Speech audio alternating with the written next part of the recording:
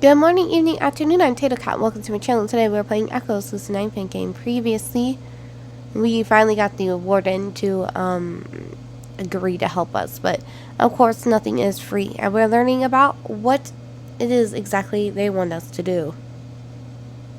I think I know where this is going. Due to his high performance in battle,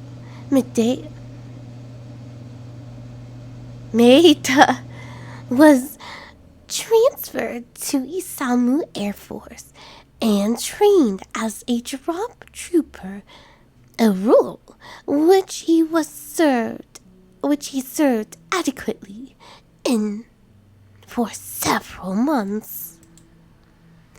After a partial armor failure under heavy enemy fire, however, Medea, I keep calling him Medea. His name is Maeda.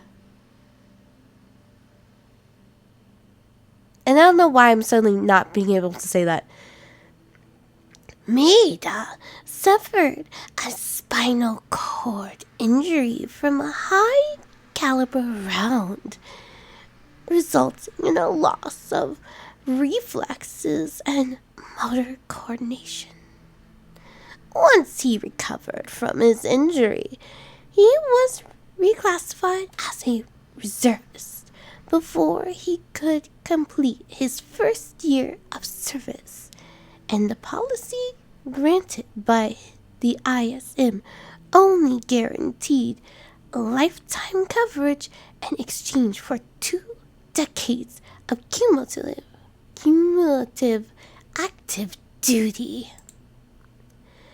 When he returned to his family, he was informed that their coverage had been completely terminated after a risk mitigation committee from Kazahaya Combine Financial Division determined that continued insurance would not be a financially sound decision.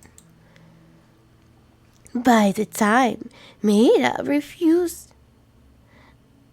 to resume active duty and fled Isamu to join the ILF, his eldest daughter had been shot in the head by Black Star forces for attempting to steal a bottle of water, and his 2 youngest children had died from rubella before they could be vaccinated. I assume the wife went insane. A cursed government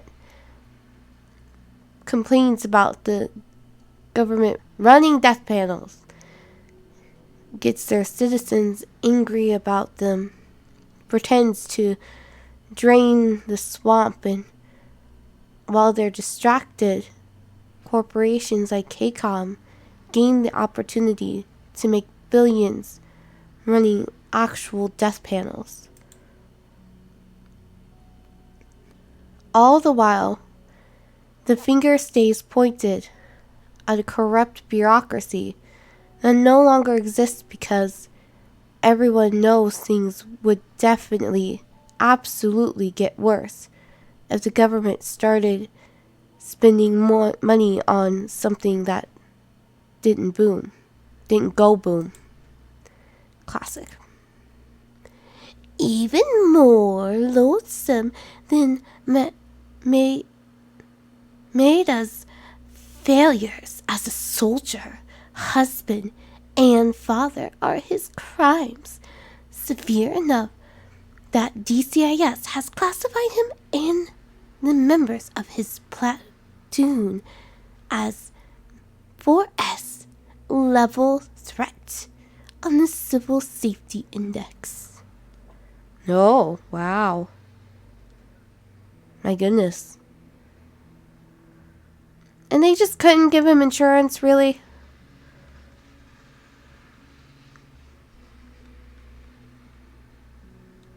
I mean, I feel like they were less of dicks.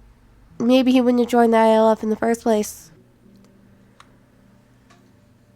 Also, shooting a kid in the head for water, it's like Les Mis, but more hardcore. As of today, Maeda is wanted alive by DCIS for 500 million yen on charges of sedition, damage, sedition, desertion, 3 counts of armed robbery against the corporate facility, 10 counts of damage to corporate facility exceeding 100 billion in total, over 10,000 counts of premeditated homicide against Black Star's paramilitary forces, over 5,000 counts of voluntary manslaughter, the abduction, battery, and ransoming of several corporate executives, and most recently, an attempted terrorist attack on Limesgate, Australia's headquarters in Sydney, by means of thermonuclear device improvised from stolen plutonium. Wow. Now that you know the circumstances, Miss Hayata, do you believe he was justified in committing these violent offenses?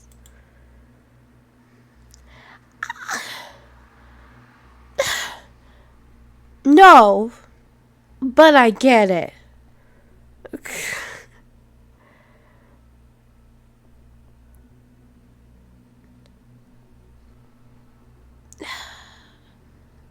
Don't.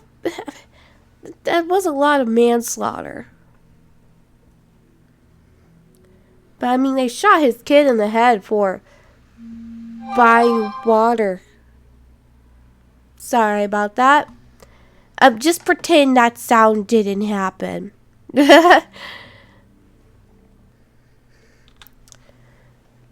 So, let's see.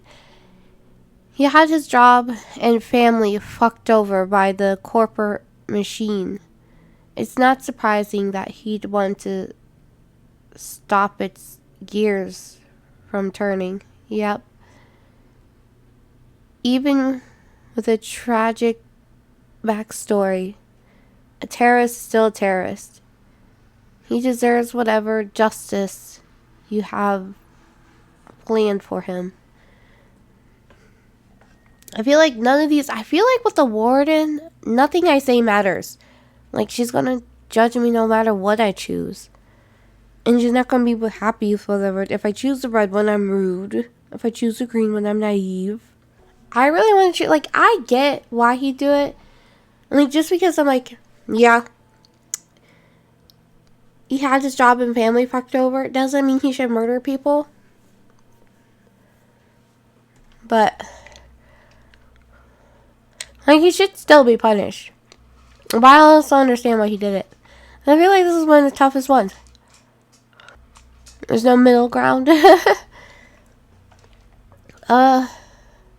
It's honestly not surprising. They should have saw that coming. He had his job and family fucked over by the corporate machine. It's not surprising that he'd want to stop its gears from turning. Understandable as it is, though, endangering the lives of innocent civilians, employees, on any scale is unacceptable. This particular terrorist lost his family, but that does not mean he has a valid reason to force that fate on others. At the same time, no real justice can be done unless someone on the proper side of the law understands the pain he went through, as well as the rage that kept him from truly understanding the gravity of his crime. It's a complicated situation. I can tell you Maeda was justified or not. I can't tell you if it was justified or not. I can tell you that he needs to be stopped. Preferably without adding to the suffering him and his victims have both had to endure. She's not going to be happy with my answer, but that is the truth. I see. While we agree on what must be done, it is apparent that your occupational ethics require shift in focus if we are to cooperate. You are a soldier first and a psychiatrist second, Miss Hayata. In your line of work, this level of empathy is a danger to you and a burden to others. The enemy is deceitful, driven not by a sound intent, but by twisted morality that makes sense only to those small-minded enough to succumb to grief over logic. Think as you will, moving forward, but be warned that the rest of DCIS cannot guarantee the safety of any one of the associates that takes pity on the enemy. Anywho, I'm sure you're chomping at the bit to find out how you relate to all this. In proverbial terms, the cracks in the ILF's armor are beginning to show. And I know just the dagger who can force herself in. 'Tis moi?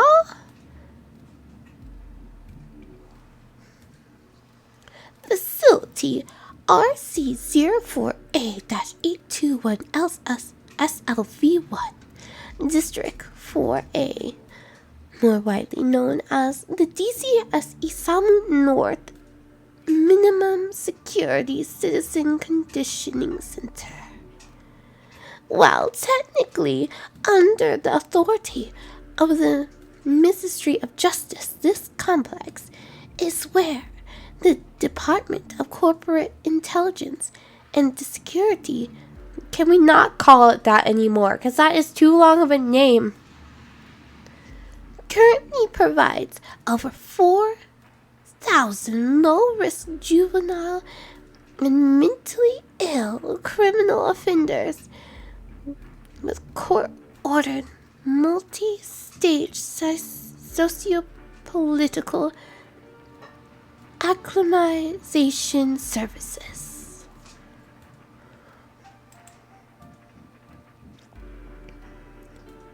As a SEC 1 facility, Or that's I, or is it L? I? Yeah, I. It's I. as a SEC facility, it only contains persons of minor interest, ranked C and B on the Civil Safety Index. This results in a low-risk environment that offers reasonable visiting hours for friends and family, prohibits the use of lethal weapons by guards on the premises, and employs an around-the-clock psychiatric services team for the non-lethal pacification of patients suffering from political misconduct disorder. Political misconduct disorder? What? Less commonly, this facility is also used to preemptively condition the families of the known terrorists and socio-political deviants, violent or otherwise, provided the citizen class of all persons involved is 3 or below. For security reasons, all children above the age of 2 are separated from their parents and housed in solitary confinement in the children's wing until their behavior can be normalized. We found that to be most reliable and efficient and effective method of minimizing resistance and ensuring compliance from early age. Yuto Maeda objected to this and attempted to conceal his wife and daughter from us by smuggling them out of Isamu prior to his desertion.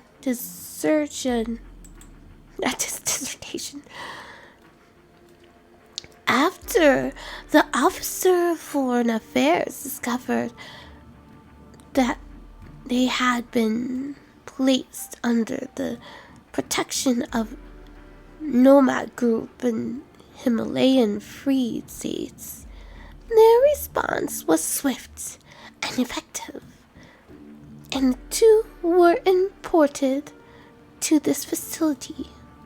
As you imagine, this angered Maeda. My deep cover internal reconnaissance agents tasked with observing his ILF platoon have reported that he's mustered force of 200 elite stealth troopers with the intention of staging a facility break today at 22:30 hours and seizing those contained within. Oh my. Oh, we're gonna have to shoot him in front of his wife and child.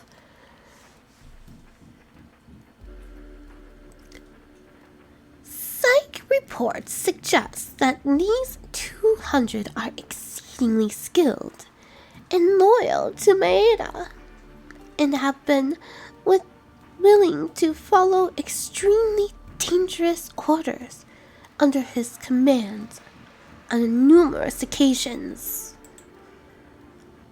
At the moment, Maeda's plan is so doomed to failure that there are already multiple ways through which I could resolve the situation remotely. Most efficient would be to sever the brain stems of all parties involved through a nanomechanical phage cloud. Sabotage their equipment would work just as well. So would arranging a public ambush. Nothing satisfies the vindictive citizens more than a sight of fire bombs, mouses in the way, charred bodies, and a healthy dose of Jingoism?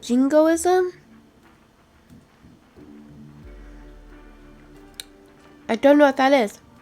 I'll have to Google that later. From the comforts of their living room. And more stuff is said, but I can't read it.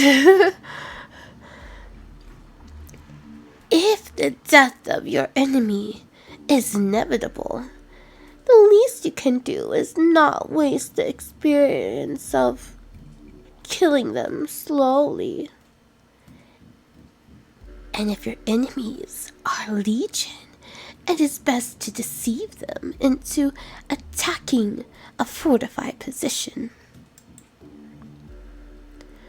For the past 10 months, the Office of Communications has been feeding the Isle of false intelligence on the defensive capabilities of the facility. While our electronic warfare systems are stronger than our gun emplacements, the ILF believes that the opposite is true. Therefore, their invasion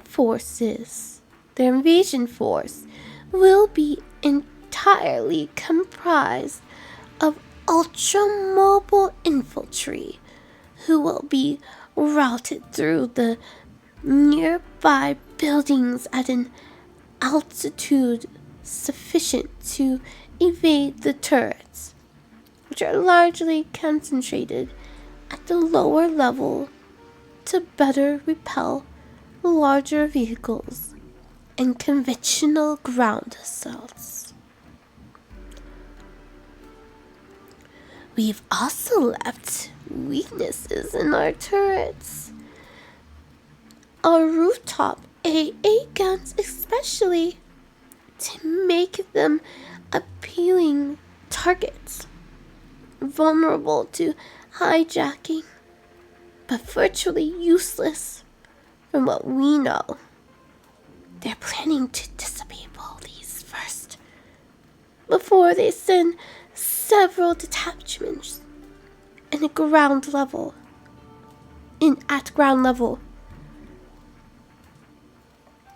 Once they begin their assaults on the facility and the majority of their troops are inside, it is almost certain their long-range comms will begin to malfunction due to a AECM and something.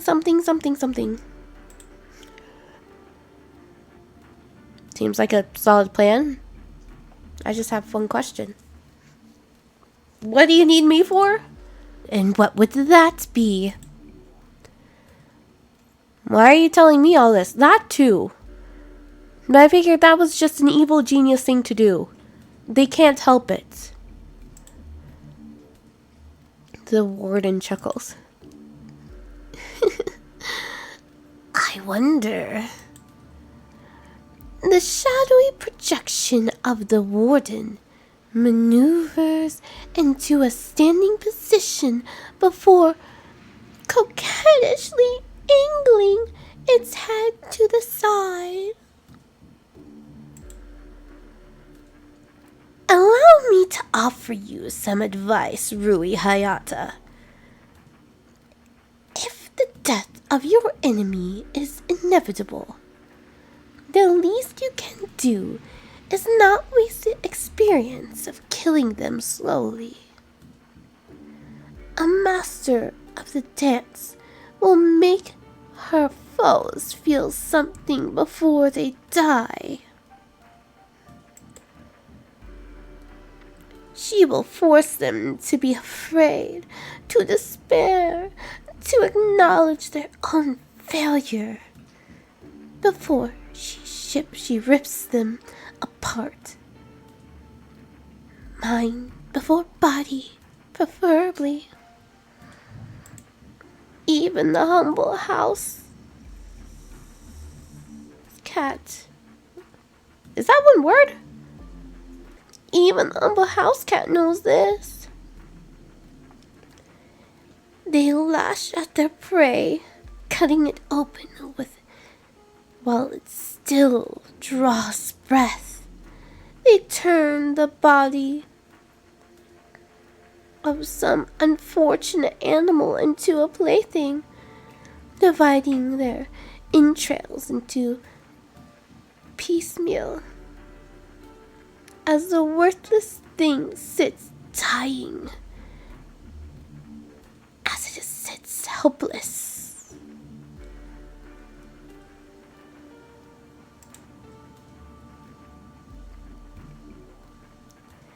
as it is made to know fear.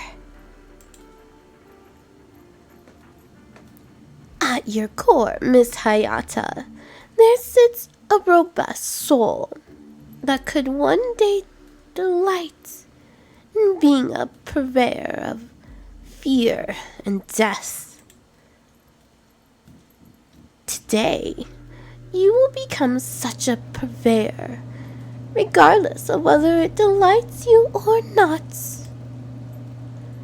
You will take your fire team through the alleyways of District 8, and with Agent Hiraga securing your path from above, you will slaughter all but one and show the ILF that you are far more than a gun-toting troop, minstrels and merry men. Then, before he can end himself like the coward he is, you will capture Maida alive so that my people may interrogate him. As well as this, Miss Hayata, I distinctly recall that you and that walking slag heap of yours are missing a citizen class designation. This will make it difficult for you to travel through the city, so I've decided to take the liberty of placing you under the protection of Do Not Engage order for the next 3 days. That's very nice of you, I guess. But could you have also just given me the ID? That would have been also nice. I'm just saying, please? When you secure Maid, however, you, alongside Ishimoto, will be reinstated as Class 3 citizens of the Isamu meritocracy by executive order. Oh. So I cooperate with you and I get us some passes. I become a citizen. Huh. No Ministry of Social Order. No hearings. Just citizenship. And a quick update to our public records. Are you clear with the terms of our contract, Miss Hayata? Everything except for the executive order part. Good. Consider this excursion already approved. Your chairman almost certainly caved in by now, so he's unlikely to be an issue. Agent Hiraga has provided your cell commander with the relevant mission data. For the time being, she will... Sorry, I have a cough drop in my mouth. She will escort you back to the surface and contact you when it's time to strike has come. You will now leave my district and return to yours, so that you may both go about your business in peace. The warden snaps her fingers once more before her water fades into oblivion. Avatar. I don't know why I read that as water.